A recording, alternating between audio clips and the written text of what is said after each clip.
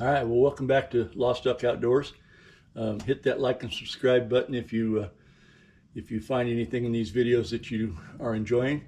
Um, Appreciate it. Maybe someday, if you can hit that button enough times, we'll get to maybe get some cool fishing stuff and do it on YouTube's dime. That would be great. At any rate, fishing was a little slow this week. Only got to the river a couple of times. That being said, I've got some couple fish I want to show you. Two personal bests and one other fish that just insisted he wanted to be in the video for no particular reason. You'll see why.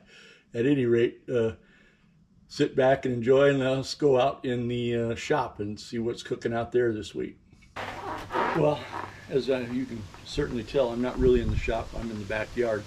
The reason I'm in the backyard is I'm going to be pouring some jig heads. I'm going to be using bismuth because I don't use lead. Bismuth is non-toxic, so for all my weighted heads at this point, I'm either using bismuth or I'm using tungsten. I'm not a Greenpeace freak or a environmental freak, but I figure the best we can do is the best we can do, and this bismuth cost me a little bit more money, but to me it's worth it to keep the lead out of the water, especially when I'm tying things like these jigs that are meant to bounce across the bottom and which do get snagged up and which do break off and which do become part of the river. So at any rate, just me doing my best and doing my part. At any rate, the reason I'm outside is that this bismuth is hot, and if it were to spill out onto my carpet in the shop out in the day room or sunroom, then, well, it would certainly burn the carpet and it might burn down the house. So we're going to try to avoid that. And so now I'm going to take you over here to the table and show you what I'm pouring, what the components are. And these are going to be used to make the actual Herzog jig. I've had a request to tie what I call the mini Herzog, and I'm going to do that, and I've got the components coming to put that together, and also at the same time I will have the components to try and duplicate Mr. Herzog's actual jig that he fishes on a spinning rod. So I want to give that a try out on the North Fork as well. So that, I'm going to prep some heads here today. I'm going to pour out about 20. I'm going to pour them in a size 1 and also in a size 4, both in 8 ounce weights. So at any rate, like I said, let me take you over to the table here and I'll show you what we're using to get that done. All right, so here we are. We're going to be using Do-It molds. I've got 2 of them here on the table. I'm pouring 8 ounce round heads in both cases, but there's a reason that I'm using 2 separate molds. It's that the number 1 hooks, these are hooks that I used to pour for steelhead jigs, and the number 1 hooks fit better into this mold. This mold is actually meant to be more of a bass oriented mold. You can see I've got a little piece of aluminum foil rolled up in that one. That's to keep, these are meant to catch a plastic fiber weed guard, and if I don't plug that hole when I pour this jig and I'm not using the weed guard, well, that hot bismuth will pour onto my foot, and we don't want that. So you got to plug, I have to plug that hole. The other jig, the other one I'm pouring the number 4 hook. That's also a round head, and I'm going to also in a 1/8 ounce. I'm going to try I'm just doing that to make a little different size of the jig.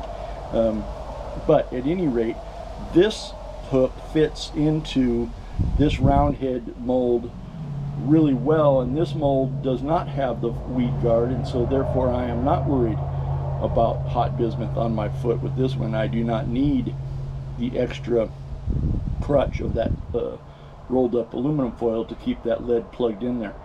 At any rate, so we're going to be using, like I said already, I have size 1. These are I think they're Gamakatsu in, I think they call it the 555 style or 575 style, and these are eagle claws, theoretically in the same exact style, but they're they're just slightly different. Like I said, that makes it not fit that one jig properly. Also, here's our bismuth. That's 94 parts bismuth and 6 parts tin, both non-toxic. The tin gives it a little bit of flexibility because the problem with bismuth is that it is very brittle and it will break. And I'm going to use a propane torch to heat things up and melt the bismuth. Also, that's the ladle that we'll be using. In the future, I'll probably have a melting pot, and when I do, then that will be in the shop. I don't have one at the moment. I wish I did. That would make this process, well, I think it would make this process simpler. I'm not sure. I've never tried it that way. Might throw some curveballs at me that I wouldn't expect it. But at any rate, those are the components. Those are the parts. We're going to melt these lead heads. We're going to then trim the spew off of them, and we're going to take them inside and paint them. Okay, so the process goes like this. Fire up your torch. I'm going to set the torch right here, and then I'm going to do two things at once. I'm going to melt my bismuth, and I'm also going to heat up, hell, which side am I pouring? Okay, the middle. It's the middle hole. That's important. Know which hole you're pouring. At any rate, you want to heat this. You want to heat this jig, this mold up a little bit as well. Matter of fact, let me get this over here. But that's going to be to set my hot ladle on later. And being right-handed, I'm thinking I'm going to get a hold of it this way, because that's the way I'm going to pour. At any rate, I want to melt or heat that mold up a little bit while I'm melting the bismuth, because if that mold is too cold, it won't pour properly. So you do want to warm the mold up. Once you've poured a couple, then that mold will hold the temperature pretty good, but and you don't have to worry about it quite as much.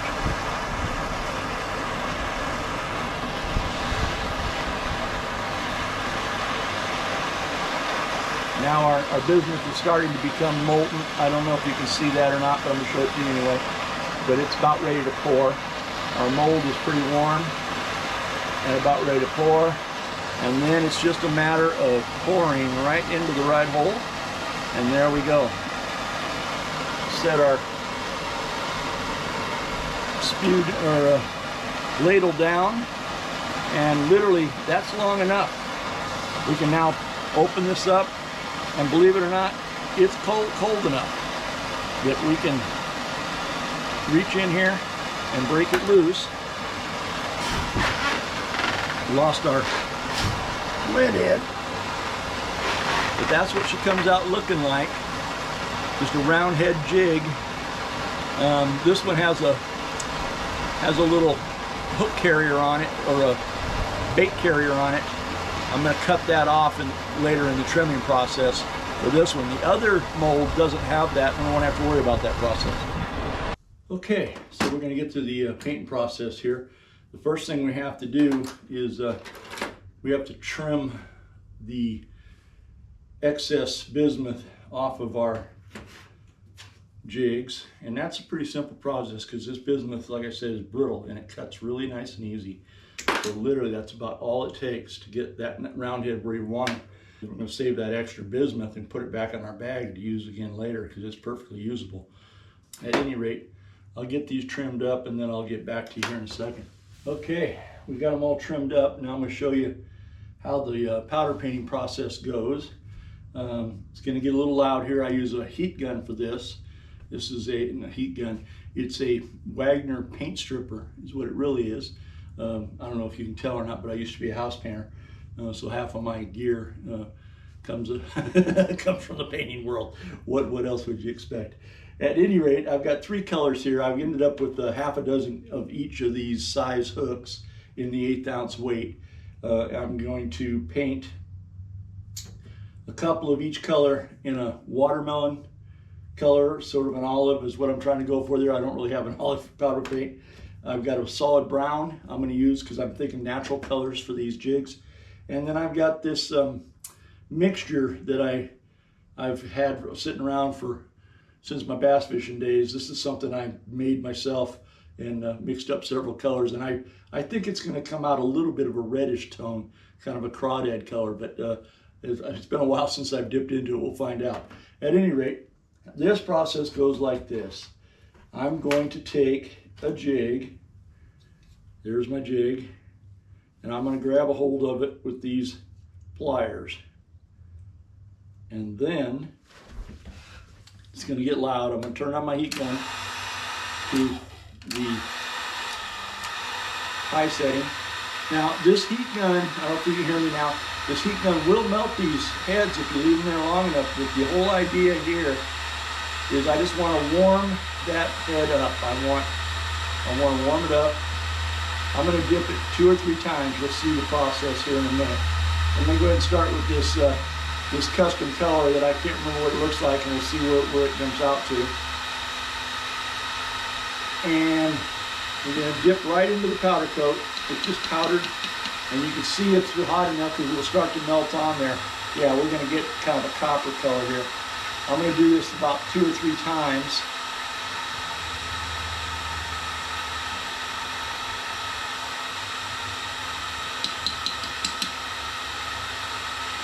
Each time I'm going to bring it back in front of the gun and warm it up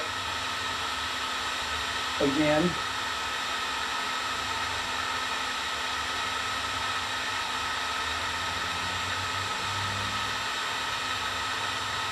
And that's just about solid enough, I think. We'll give it one more coat just for good measure. Some guys don't believe that you should put too much powder paint on them. I've never had any issue with it melting. And with this bismuth, I definitely want to paint these heads because it is brittle. I think it might break on a rock. I just think that the powder coat gives it a little more stability. The last thing I'm going to do with this jig is, while it's still hot, I'm going to take a sharp implement. This happens to be I don't know what the hell that thing's called, but it's a little pointy pick. And I'm going to make sure I got the eyes cleaned out right now. And voila, that is a painted jig. The last thing that you need to know is these need to go in the oven at 250 degrees for 2.5 to 3 hours. Maybe it's an hour and a half. You know what? I'll double check that and get back to you. But I have a rack.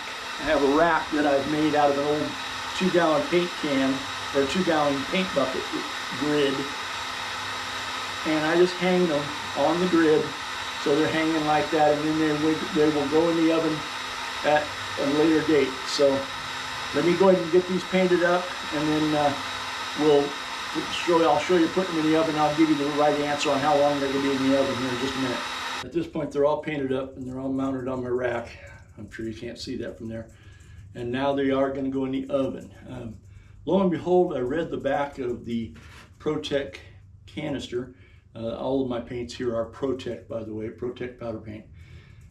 At any rate, there are instructions on here. They say that they want them to go in the oven at 350 degrees for 20 minutes. Now, I know I haven't done it that way in the past. I think I've done 250 degrees for an hour, and that works too. And I probably learned that from some guy on YouTube somewhere along the line. At any rate, we're going to follow the ProTech instructions here and see if there's any reason not to in the future. Okay, they're out of the oven now. Cookies are done. This is the colors we've come up with. That custom color comes out kind of almost a red. I think the truth is I like that olive, which is that's the watermelon when it's got a red flake to it. And then the brown one there is just your standard straight brown. We'll tie these up. Next time you see them, we'll be turning these into Herzog jigs.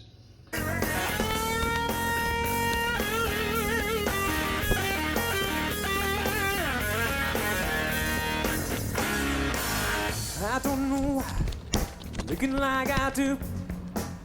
After all these changes you put me through, yes, all my money and my cigarettes. I haven't seen I had the worst of it yet, but I wanna know, won't you tell me I would like to stay. Take me to the river, drop me in the water. Take me to the river, drop me in the water.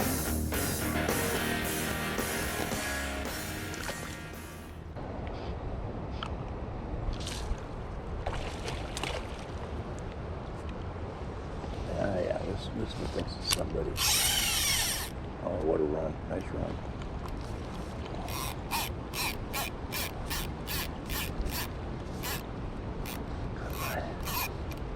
Fucking move off this shit.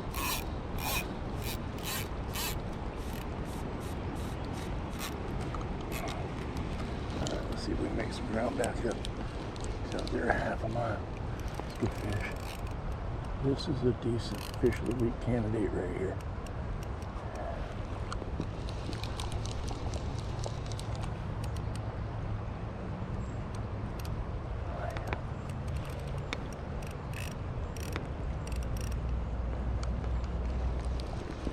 Strong fish, anyway, I don't know how big he is, but dude, he thinks he's somebody. This one thinks he's somebody, folks. I don't know what I'd do if I ever caught a big one. This fish is not that big. Boy. Got some strength to him.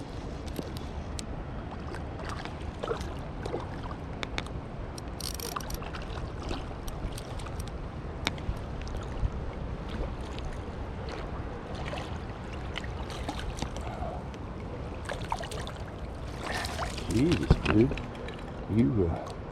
You're acting up for your size. You're really acting up a little bit.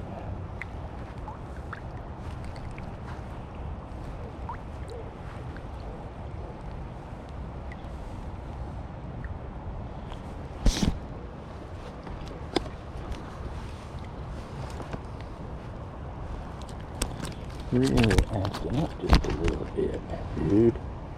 How big are you anyway? Dude, you ain't more than about 12, 13 inches.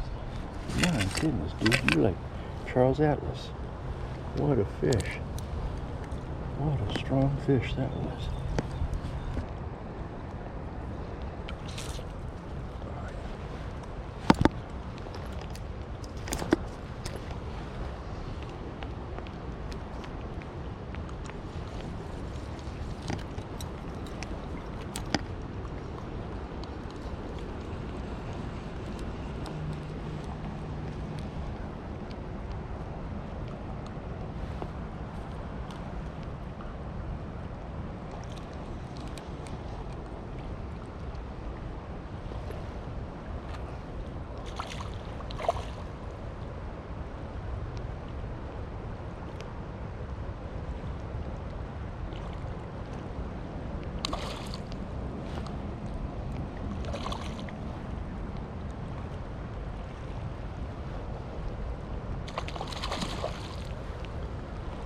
Best fish today.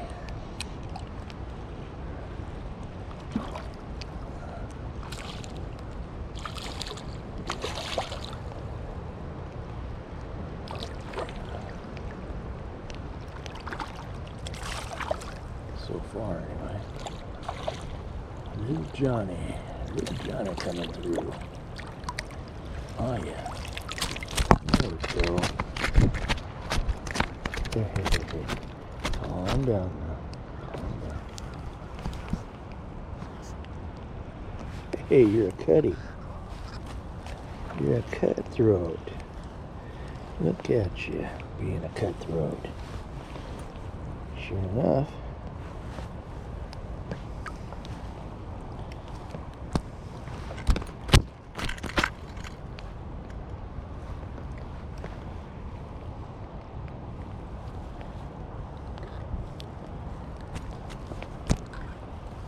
still, Mr. Cutthroat. You are a 15-inch cutthroat. That's what you are. Huh. There you go. Uh-oh. Uh-oh, boys and girls. We got a fish here. Dude doesn't even know he's hooked yet. Doesn't even know he's hooked yet. Keep some tentacle on this fish. Get him on the reel here. This one's got some weight to it, boys and girls. Yeah.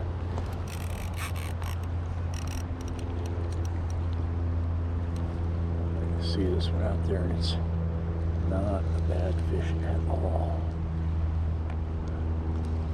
This is a fish of the week candidate. Fish of the week candidate. Oh yeah, come on. Keep him tight now. Keep him, oh yeah. Nice enough. Oh, that's good fish. Good fish. Solid fish.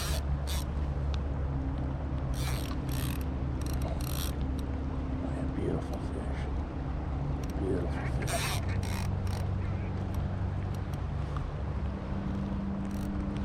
Good one. You got a good one. Oh, yes. That's my best bow yet if I can get him in the net. That's my best bow yet if I can get him in the net.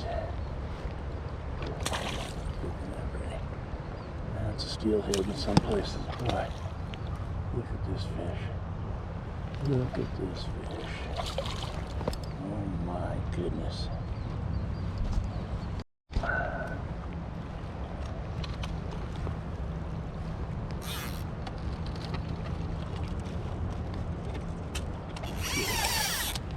There he goes. Now he knows he's hooked. He just realized he's hooked. My goodness, he just decided to put up a little fight. Come on now, hang in there. Hang in there. Hang in there.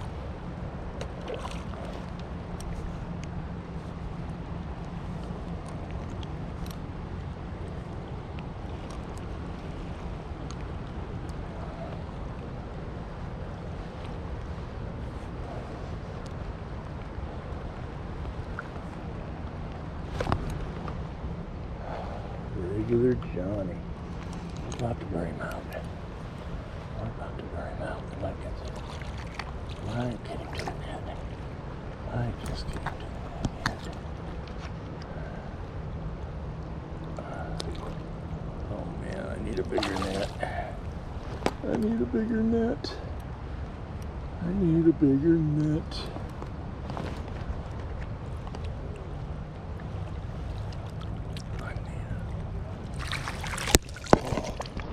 In the net.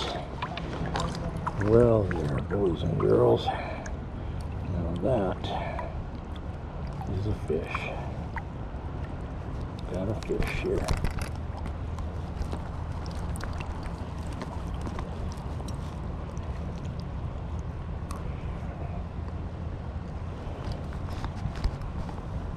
Oh my goodness. What are you here? I gotta give that one. Yeah, that is a 20-inch fish, at least. 19 anyway. Nice fish.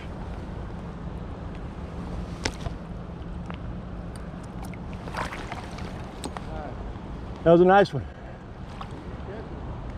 What's that? What are they biting on?